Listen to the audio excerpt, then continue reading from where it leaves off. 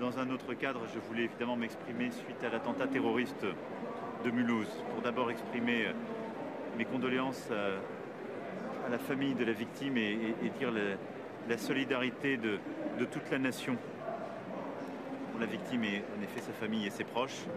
J'ai eu à l'instant le ministre de l'Intérieur qui m'a rapporté les principaux éléments qui étaient dans sa connaissance. Il s'exprimera ce soir pour donner les détails sur le dossier. Le procureur s'est saisi et le PNAT s'est donc saisi, qualifiant ainsi cet acte d'acte terroriste, qui ne fait donc pas de doute, d'acte terroriste islamiste, compte tenu de l'expression du terroriste.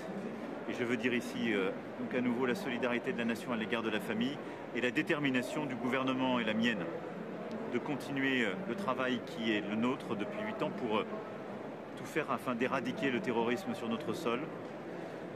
Je ne veux pas ici en dire davantage parce que c'est au ministre de donner les éléments, mais la détermination est complète et au-delà de ce qui a été fait, nous prendrons évidemment tout acte utile pour répondre à ce qui vient de se passer. Je vous remercie. Je l'ai indiqué, je le dis clairement.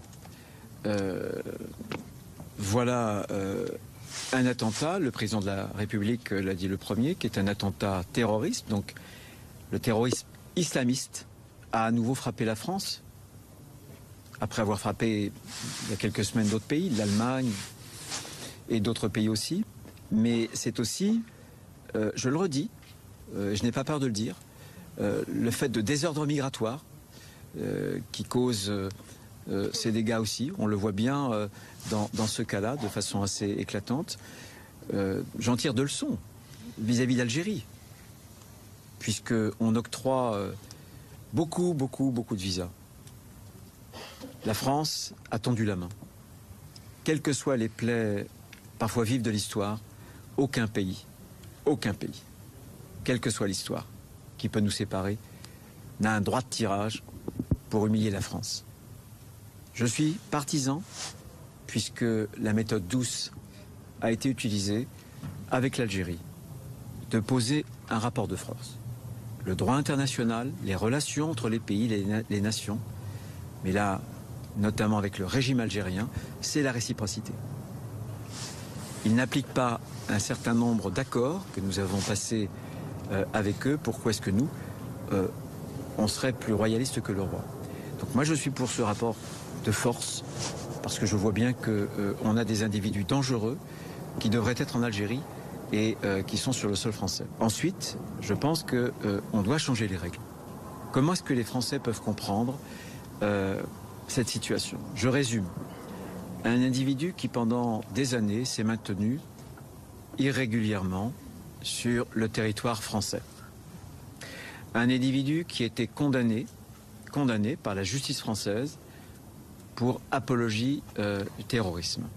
Et un individu qui avait un profil psychologique particulier, puisqu'il avait fait l'objet, dans le cadre de son arrestation, d'une expertise, avec donc un expert judiciaire qui avait détecté un profil schizophrène. Donc, profil psychologique, irrégulier, condamné. Est-ce que les Français peuvent comprendre que ces individus peuvent se déplacer librement sur le territoire? Moi, je pense, je l'avais dit en répondant à une question d'actualité il y a quelques jours à l'Assemblée nationale, je pense que pour ces individus-là, jusqu'à ce qu'ils repartent dans leur pays, on devrait les maintenir en rétention. Il y a eu plusieurs tentatives qui ont été faites en 2009, en 2020 et plus récemment pour instituer des peines de rétention, de sûreté, judiciarisées d'ailleurs, mais elles ont été à chaque fois censurées par le Conseil constitutionnel. Je pense que, je le redis, mes propos avaient parfois causé polémique, mais quand la règle de droit ne protège pas les Français, alors il faut changer la règle. Le droit, il est fait pour protéger la société, pour protéger nos compatriotes. Donc ça veut dire que vous appelez à une réforme constitutionnelle aujourd'hui, très clairement Je pense que, je ne sais pas s'il y a besoin de réforme constitutionnelle, mais je pense qu'il faut qu'on s'interroge, en tout cas.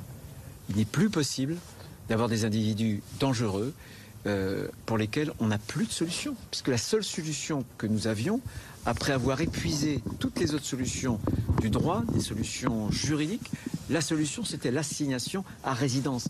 Mais on voit bien que quand vous assignez à résidence, quand vous avez une obligation de passer une fois dans la journée dans un commissariat, vous pourriez d'ailleurs doubler, tripler le passage au commissariat, que l'individu peut parfaitement vous échapper.